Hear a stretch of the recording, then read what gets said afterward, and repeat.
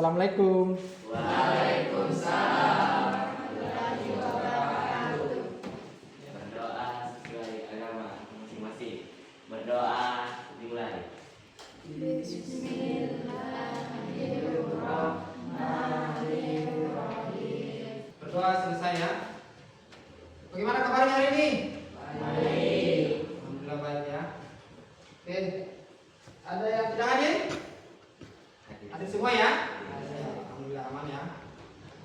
Ya, jadi sebelum kita memulai pelajaran pada pagi hari ini, terlebih dahulu kita akan menyanyikan lagu Indonesia Raya. Indonesia tanah air, hiduplah Indonesia Raya. Kita akan belajar terkait menghabiskan sholat dan zikir dalam kehidupan. Oke, sekarang saya pertanyaan dulu. Ada berapa sholat fardu? Siapa yang tahu? Ada 5. Sebutkan. Asar, maghrib, isya. Ya, alhamdulillah. Tahu semua ya. Jadi sholat fardu itu ada 5 ya. Tujuan pembelajaran pada pagi hari ini yaitu pengertian salat, rukun salat, syarat wajib salat, syarat sah salat, hal-hal yang membatalkan salat. Pengertian salat.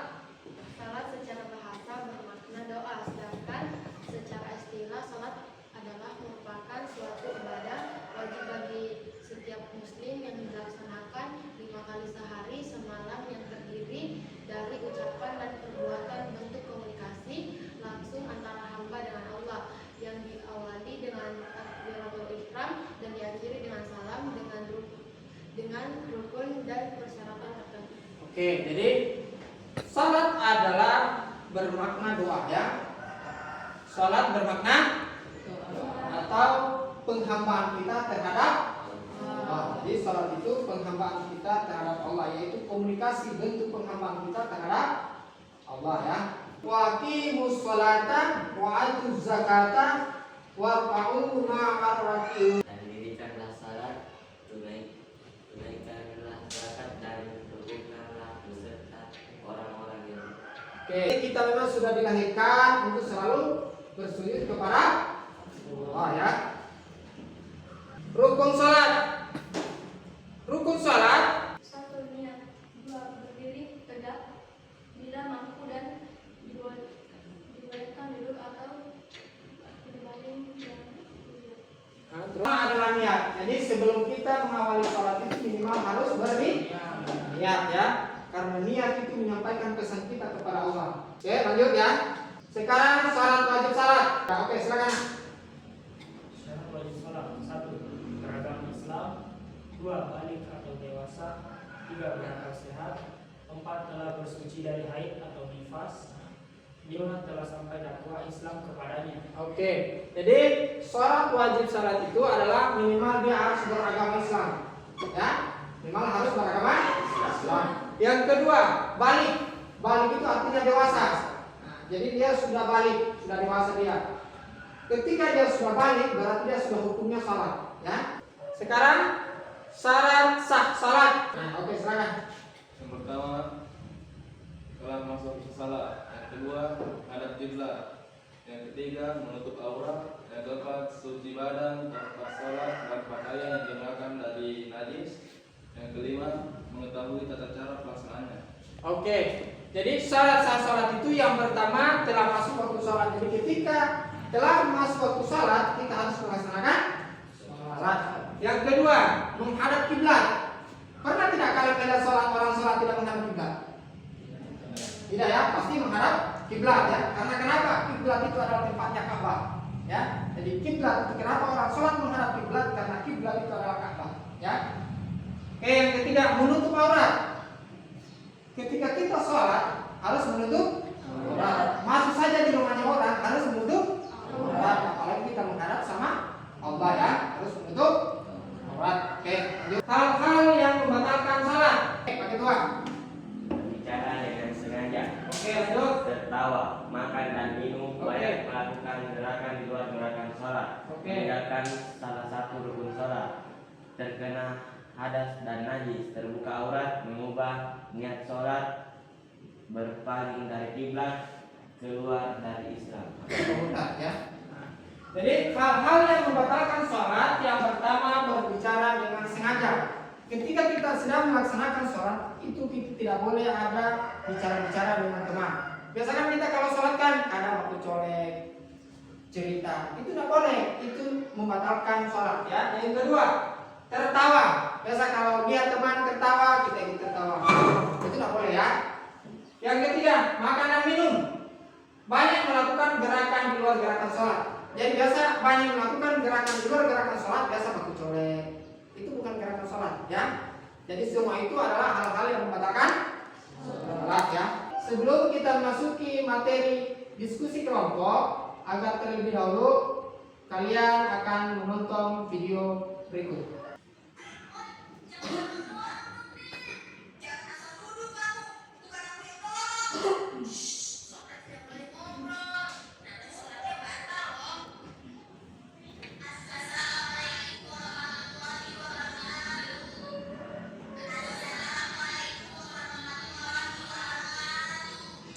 Jadi kalian sudah menonton video tadi ya tentang adab sholat ya.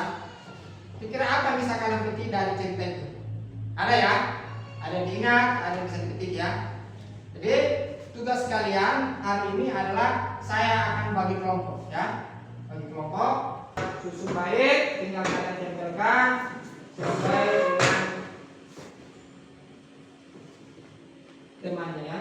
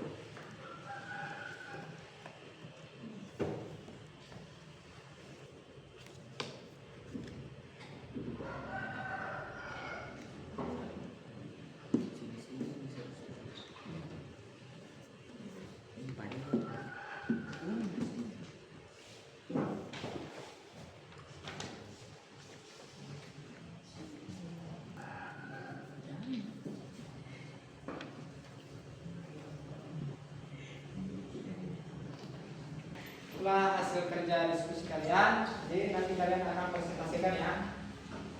Jadi kita akan presentasikan mulai dari kelompok 1. Assalamualaikum warahmatullahi wabarakatuh. Waalaikumsalam warahmatullahi wabarakatuh. Kami dari kelompok 1 akan mempresentasikan tentang hasil diskusi kami tentang dalil-dalil sholat.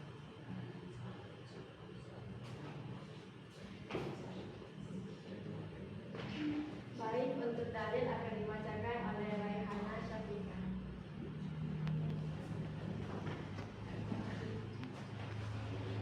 Artinya, dan dirikanlah salat, tunaikanlah zakat, dan rukuklah berserta orang-orang yang rukuk.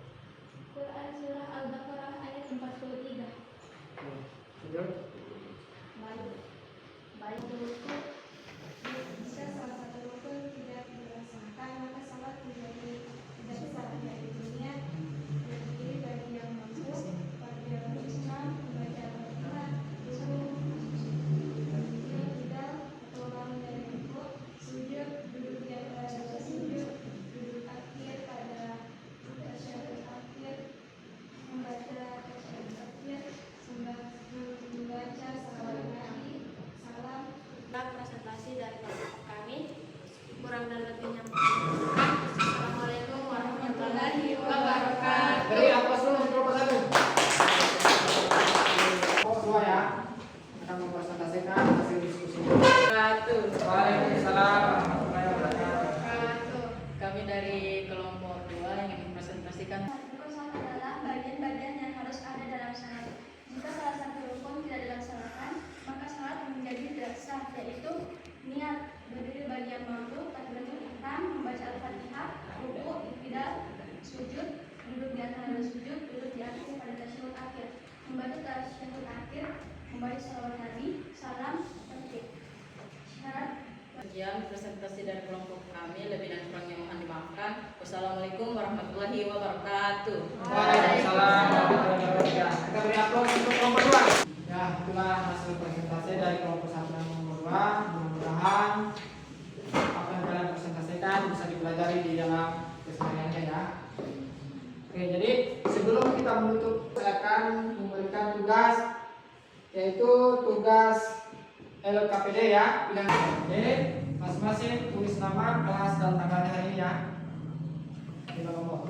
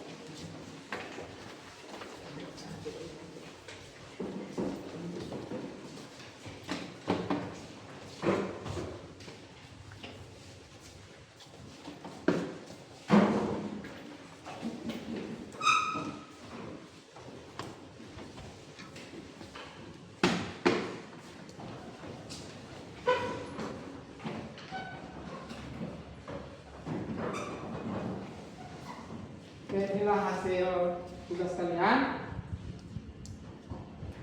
Jadi sebelum kita menutup pembelajaran pada siang hari ini, terlebih dahulu harapan Bapak agar kiranya kalian bisa memahami dengan jelas ya, bisa memperhatikan di dalam kehidupan sehari-hari ya. Jadi marilah kita bersama-sama untuk menutup kegiatan kita pada siang hari ini. Nun wal kalbi wa maisturun. Wassalamualaikum warahmatullahi wabarakatuh.